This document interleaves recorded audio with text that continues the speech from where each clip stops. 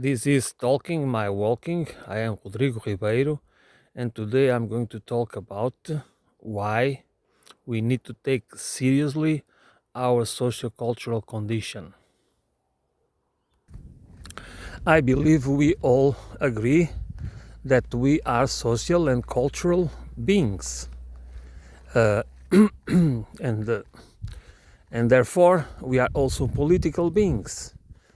Because politics is the regulation of power, is not the fight for power, is to organize, to divide power,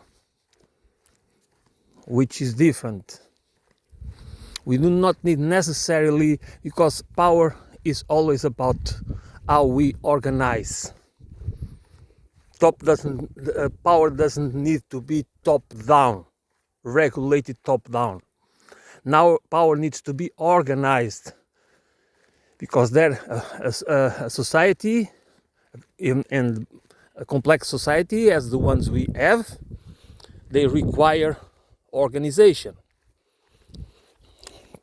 They require institutions, and there is the need for rules and laws and norms, and therefore we need that is what defines how power is distributed, which is important, because it's always a question about power, because there is a difference between us. There are the ones that are power seekers and the ones that are not power seekers. Of course, this is we kind of have a no, we go from the ones that are extremely power seekers to the ones that do not care about that at all. So this exists in real life. So that therefore the ones that are power seekers can always have advantages over the others, because they can come up with schemes to control the others and to influence them in order to get their support. And if we do not take seriously, if we assume that we understand our sociocultural condition and do not try to understand the implications of that condition that it has in our real life, in real time, and how it influences our decisions, how we are captured by interests that have nothing to do with our own interests, nor the collective interest, we are always being used and abused. And it doesn't matter how much free you feel or think you are, because there are certain freedoms that are relative. Freedom is always relative or relational. I like to use the word relational because it makes more sense to me. And those who have the power control the institutions, and power might be centralized. Of course, it is always centralized on the top of the hierarchy, but it's also distributed. It has several layers or several grades or whatever, because if we have power from the local level, and I'm not talking about, when I'm talking about power, I'm not talking about governmental power. I'm also talking about governmental power, state power, but I'm talking about power privately controlled.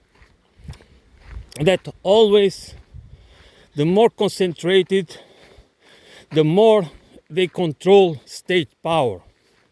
And then government is always hijacked by private interests.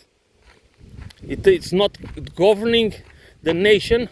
The role of the state and its institutions is to regulate, organize, and defend the sovereignty of the nation and the country. That's the role of the state. That's why the state is a collective, needs to have institutions, regulations, and laws to defend the collective, to defend the sovereignty, and the sovereignty of every one of us, not of special groups, as it does. That's why it's nonsensical. It doesn't make any sense to call our systems democracies, because at best they are managed democracies in the name of those special interests, of the power elites. We cannot talk about elites without talking about power and about class. And if we do not want to discuss it because of prejudices, of Marxist, Leninist, communist, socialist prejudices and biases and taboos, we don't get it.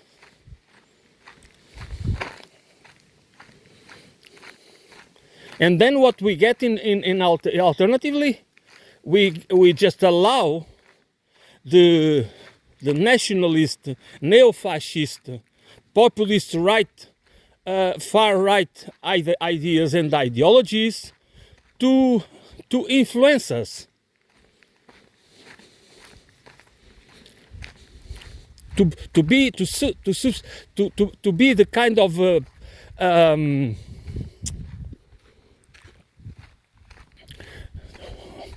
to be a medicine that it doesn't make any difference. It's just a medicine for the symptoms. It's not a medicine to eradicate the roots of the problems. That's why we need a radical vision, and by radical I mean going to the roots. That's what it means, radical.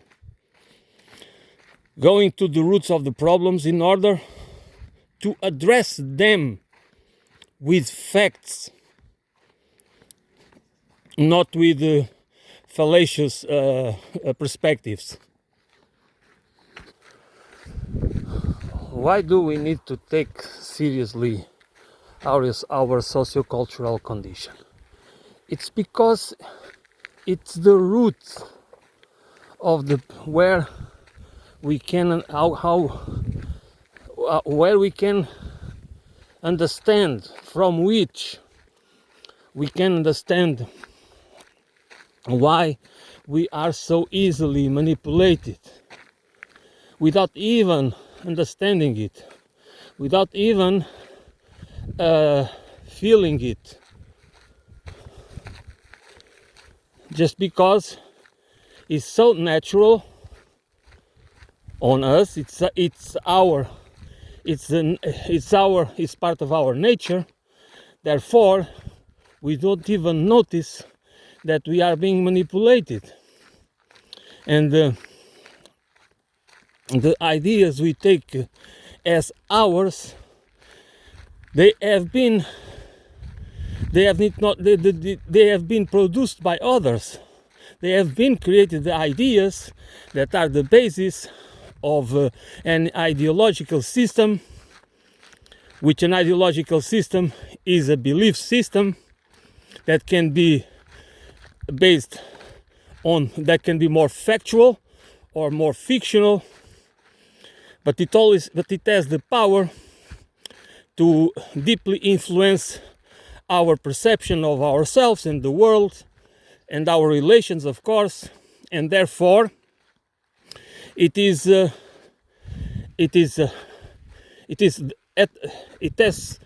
as important, as crucial as it gets, because it's meaningless to talk about freedom and democracy and so many other values and principles that we take for granted, or we believe we enjoy them, and actually that's part of the web of deceit and we do not get it most of the time. Not because we are stupid, it's because it's the way our cognitive affective systems function.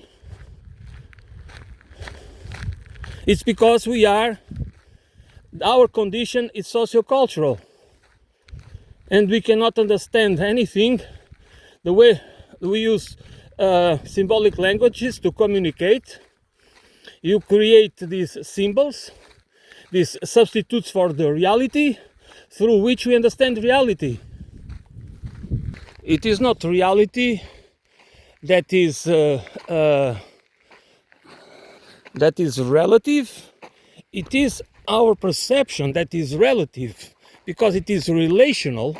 It is related to something that makes us have a specific perception about that reality, or that part of the reality, because we cannot even grasp, it is very difficult for us to grasp reality as a whole, but we can make it as a puzzle, put the pieces together to have the ability to build a vision of the whole picture.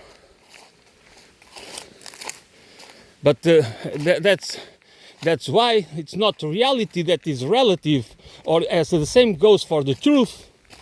That's not the truth about something that is relative. It's our perspective that is relative. And we should never buy into it. Should never buy into the idea that facts don't matter, because facts do matter.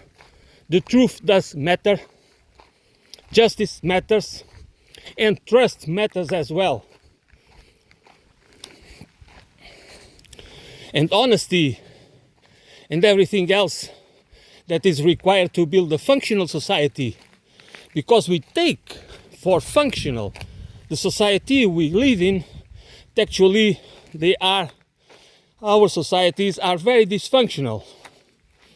They are functional because they require the blind obedience, or they require forced obedience, and the principle, which is a very important one, of manufactured scarcity, based on the encirclement of the commons, that we have been made into, we have been deprived. Okay, we have been slowly deprived of the means to live, and which means that we have also been mentally deprived of the understanding that how wrong that is,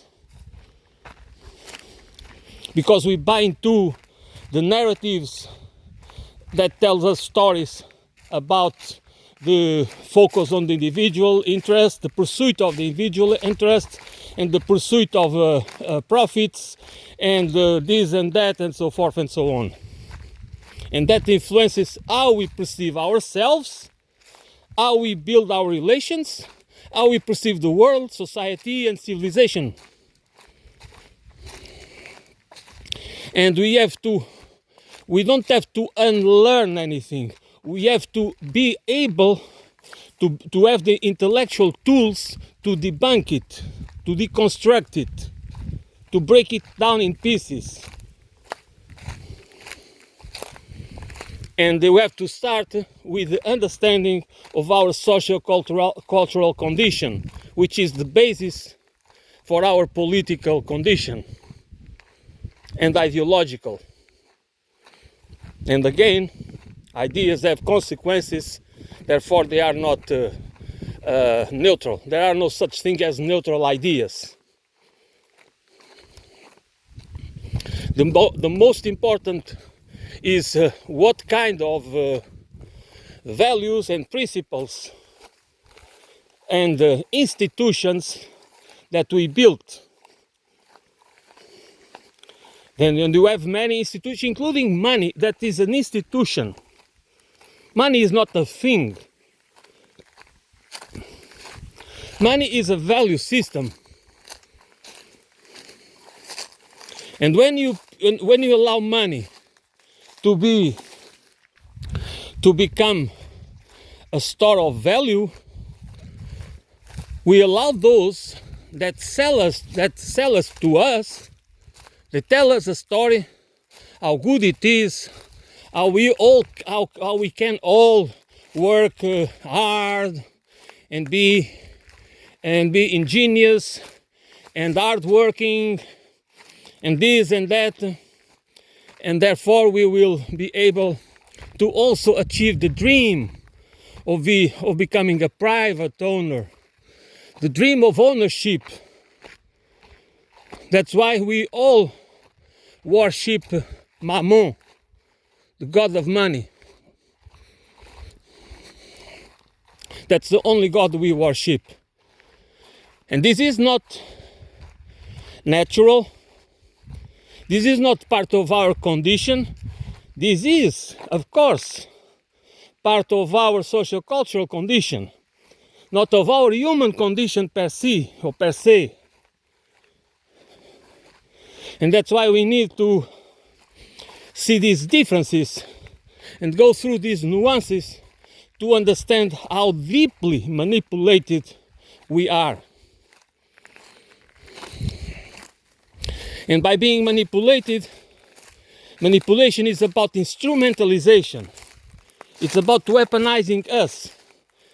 Because division, social division, ideological division, tribalization is not, it is already a subsystem, a kind of the result, the consequences of that ideological and political manipulation, which is always cultural, social and cultural. And or whether we understand this, or we never get to the roots of the problem. That's why we need to become radicals and revolutionary. But it's not just because of radical ideologies, because a radical ideology doesn't mean that goes to the root of the problems. We can call radical, I mean, that's what the misuse of words and concepts doesn't get us anywhere. We need to walk through things to understand the reality in a holistic way. Not to transform the reality in what we would expect it to be, but to understand the reality as it really is.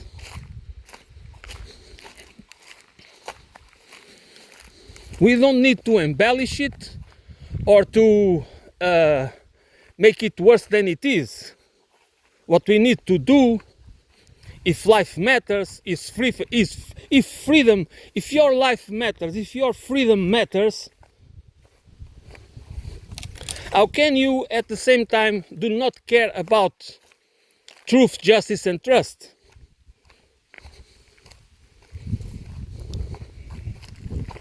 That's the point.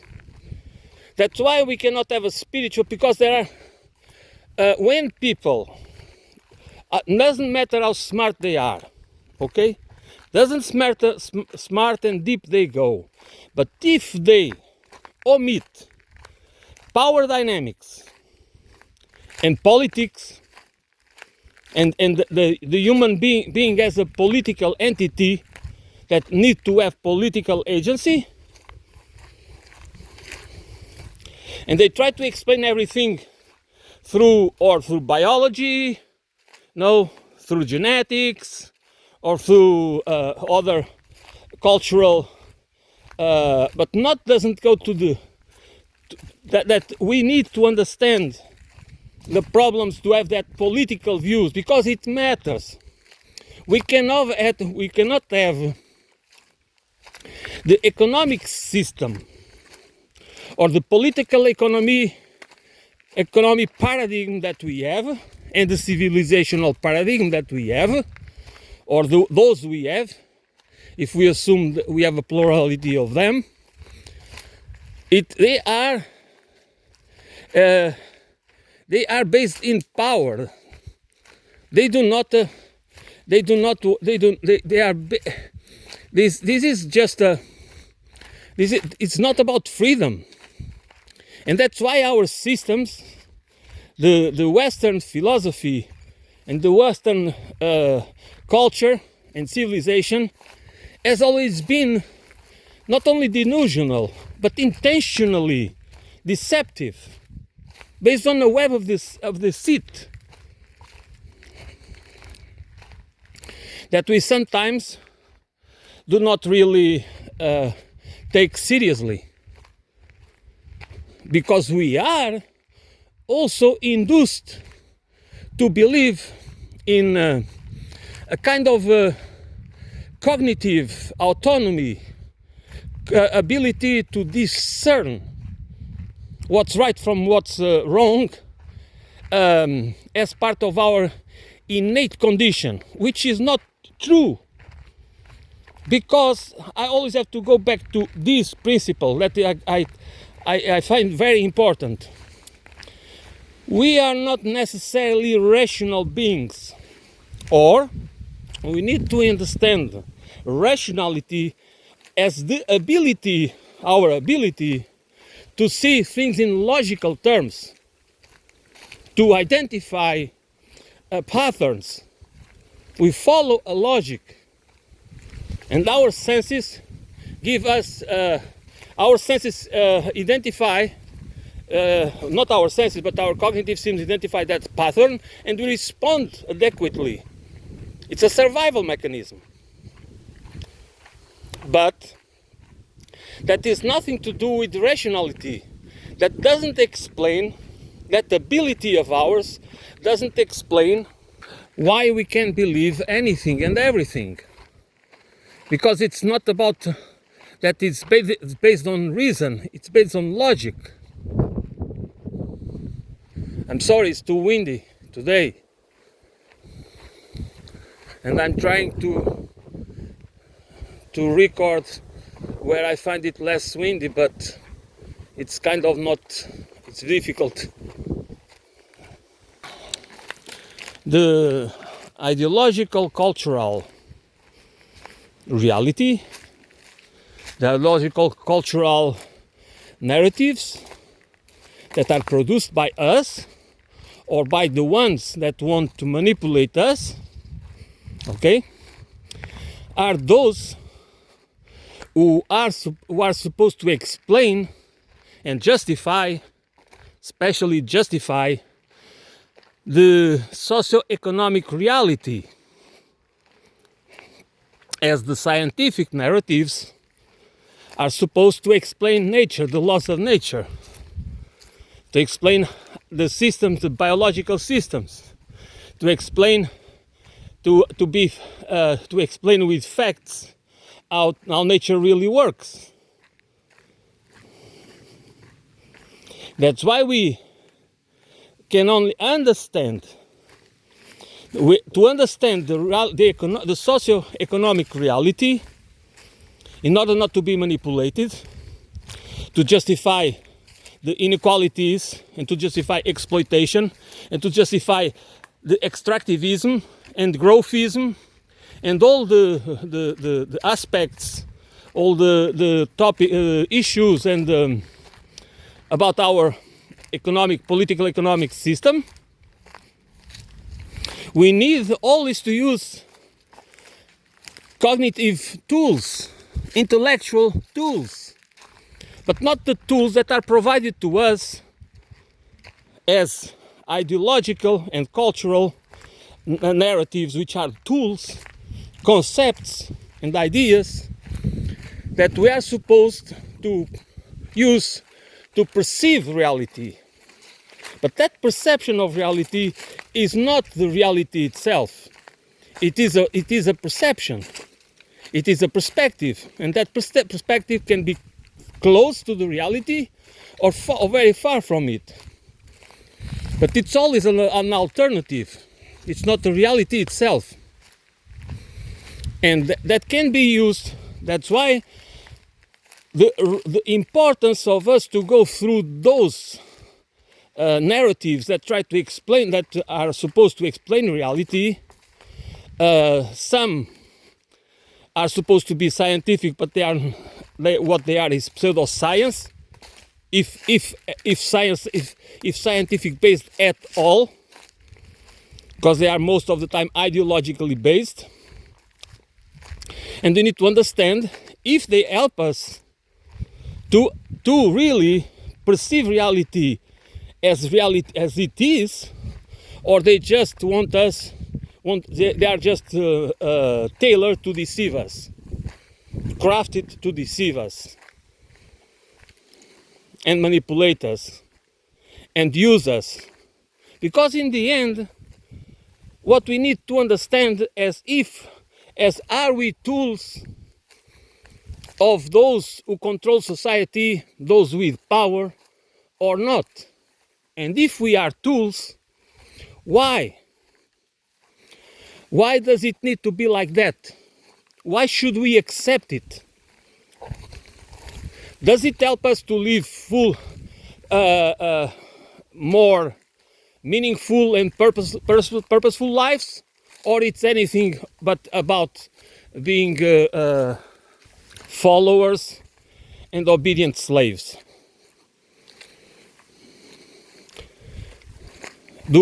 Of course, the system is it is crafted very intelligently, because it has this rewarding. There is a rewarding system put in place to make us accomplices of it, to transform them willingly for a little slice of the pie, to become accomplices, to become even more, to become more fundamentalists than the people that really hold power. Because many of them, they understand the reality. Not all of them, but they do understand what they are doing. That's why they can build effective systems. They understand it. It's us that sometimes do not understand that we are being deeply manipulated through this web of deceit for power. That's what we need to understand, because it's a question of power. That's why we cannot understand reality if we omit power dynamics and class dynamics.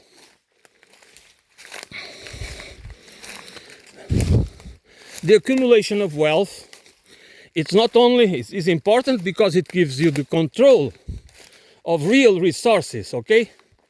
That's why we use a fake resource, which is money, or credit, which is different forms of money,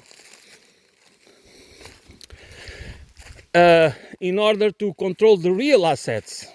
And that's the control of real assets, like property, land, institutions, organizations, everything that is part of the real economy and the real society and nature, that has real value.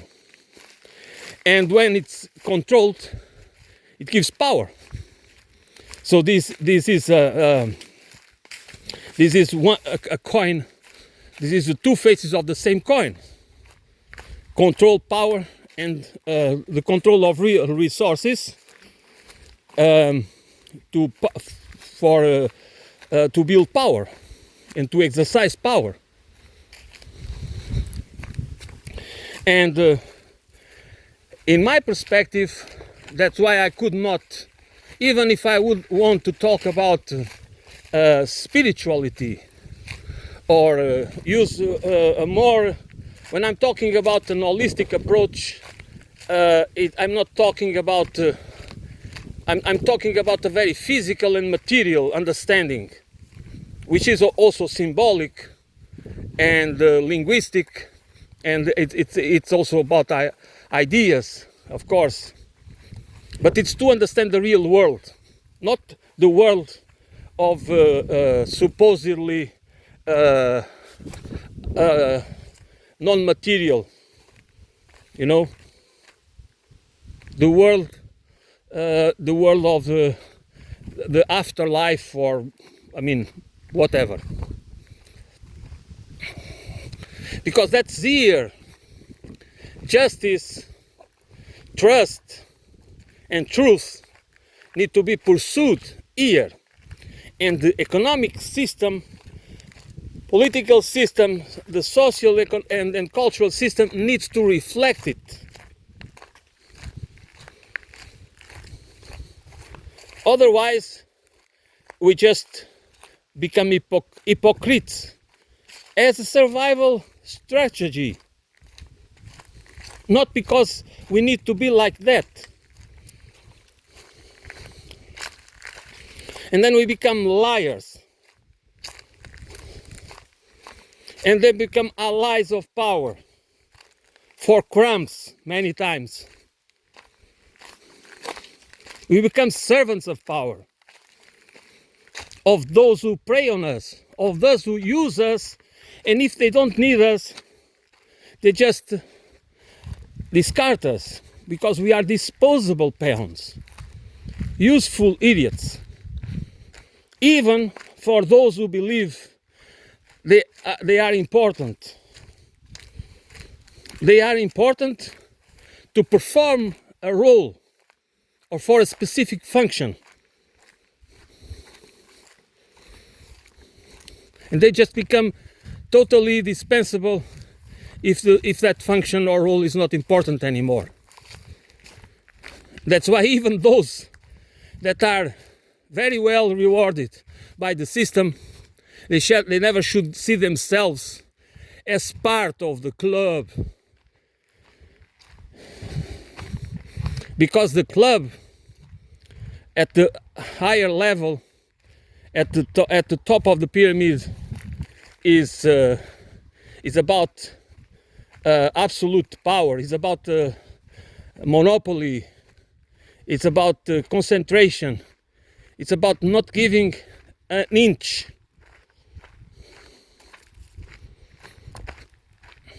They share what they need to share in order to keep power. And that's it.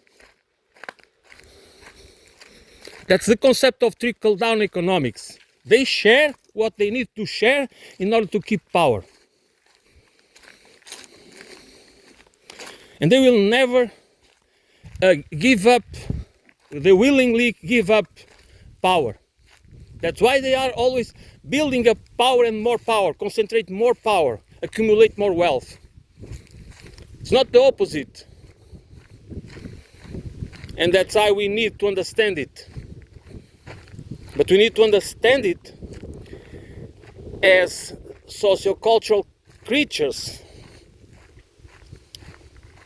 That is not a weakness, is not a vulnerability, it is our nature. But we take it for granted, but we also need to understand it that is used to manipulate us. That not because it's a weakness, because they know they can use it as a weakness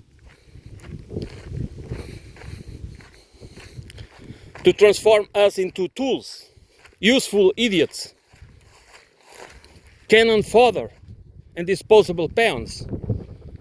And we need to understand it. We need to understand it because it's the only way to free us, to make us more, to enable us to understand the reality in a holistic way. I'm sorry for the wind, but I do not have control over it, as I shouldn't. So I'm going to end here for today. Thanks for listening. I will be back soon.